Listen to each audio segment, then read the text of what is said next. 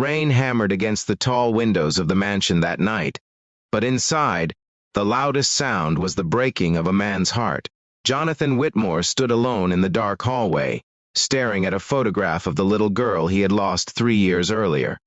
His hands trembled as he heard the doctor's words repeating in his mind.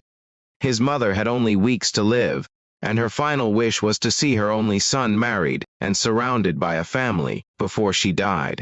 Jonathan was a wealthy businessman in Chicago, Illinois, a man who could buy almost anything in the world, but he could not buy back the years he had wasted, and he could not give his dying mother the one thing she wanted most. Then, in a moment of desperation, he turned toward the quiet maid standing at the end of the hallway.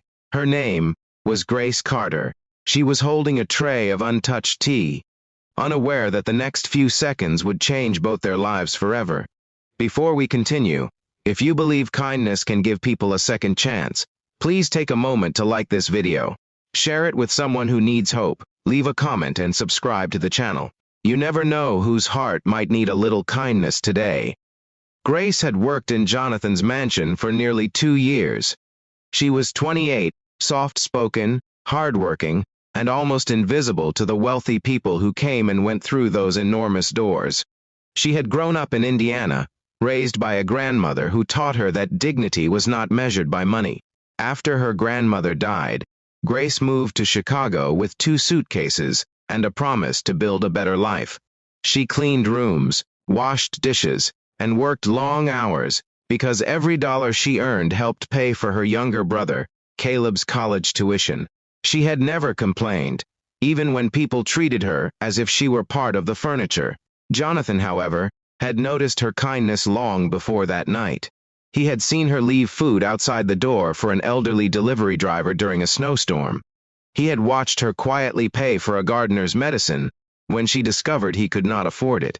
Once, when Jonathan had come home drunk and furious after a business failure, Grace had said nothing, simply placed a glass of water beside him and left him alone. She understood something about pain that money could never teach. That night, Jonathan walked toward her with a desperate look in his eyes. He told her that his mother, Margaret, was dying and had one final wish. She wanted to see him married before she was gone.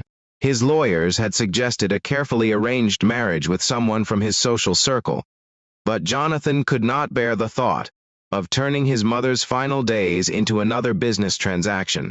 Then he looked at Grace and, almost without thinking, told her he needed a wife now and asked her to come with him. Grace froze. For a moment, she thought he was joking. Then she saw the desperation in his face. She refused immediately.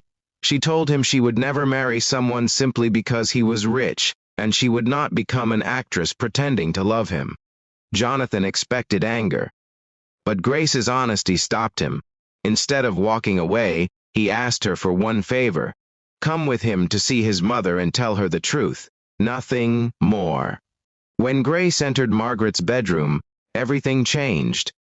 The elderly woman looked weak beneath the white blankets, but her eyes were warm. Grace sat beside her and spoke honestly. She told Margaret that Jonathan was frightened, lonely, and pretending he did not need anyone. She told her that a wedding could not heal a broken heart, and that she would never marry Jonathan without love. Margaret smiled, then reached for Grace's hand. She said that, in years of watching people enter her son's life for money, Grace was the first person brave enough to tell him no. Days passed, and something unexpected happened.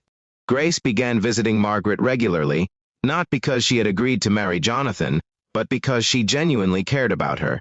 They talked about old recipes, childhood memories, faith, and the dreams Margaret once had for her son. Jonathan watched from a distance as his mother laughed again. For the first time in years, his mansion did not feel like a museum filled with expensive things and empty rooms. But then trouble arrived. A woman from Jonathan's wealthy social circle leaked rumors that Grace was manipulating him for money. Newspapers called her a gold digger. Business associates whispered that Jonathan had lost his mind. Grace was humiliated and decided to leave. She packed her small suitcase and returned the keys to the mansion.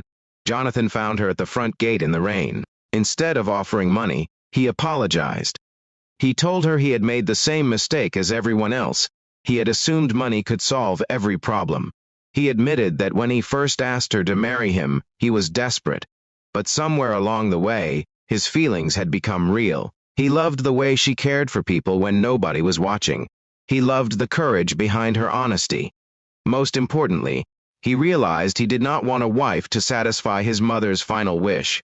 He wanted Grace, because life without her had become unimaginable. Grace still did not answer immediately. She told him love was not proven with promises, but with choices. So Jonathan made one. He publicly defended her, dismissed the people who had insulted her, and announced that Grace had never asked him for a cent. Then he did something that surprised everyone. He established a foundation in his mother's name to help struggling families pay for education and medical care. Grace helped him design it, insisting that the money should reach people who had nowhere else to turn.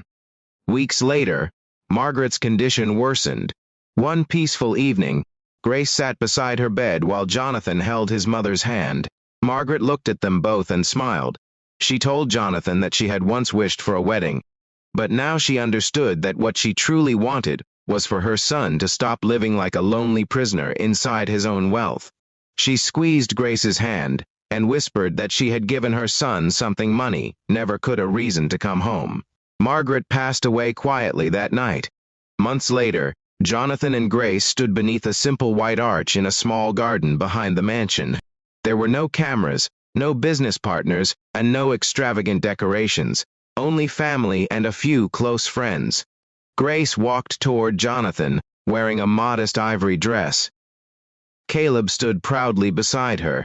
Jonathan's eyes filled with tears as he realized that the woman he had once desperately asked to become his wife had become the person who taught him what love actually meant. Their marriage did not magically erase their differences. They argued, struggled, and learned each other's fears. But every morning, Jonathan remembered the lonely man he had once been, and every evening, Grace reminded him that a home was not built from marble floors or expensive furniture. It was built from patience, forgiveness, and people who chose to stay.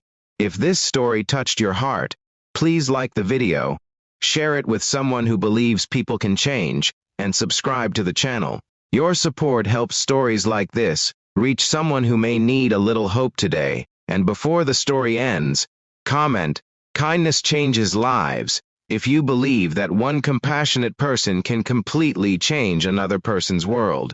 Jonathan once thought he needed a wife because his mother was dying. What he really needed was someone who could teach him how to live again. Grace thought she was only a maid trying to survive in a world of wealthy strangers. Instead, she became the woman who helped a broken man discover that love cannot be purchased, arranged, or forced. Sometimes the greatest blessings enter our lives wearing ordinary clothes, carrying quiet hearts, and asking for nothing in return. And sometimes, when we have the courage to look beyond money, status, and appearances, we discover that the person we almost overlooked was the very person we had been praying for all along.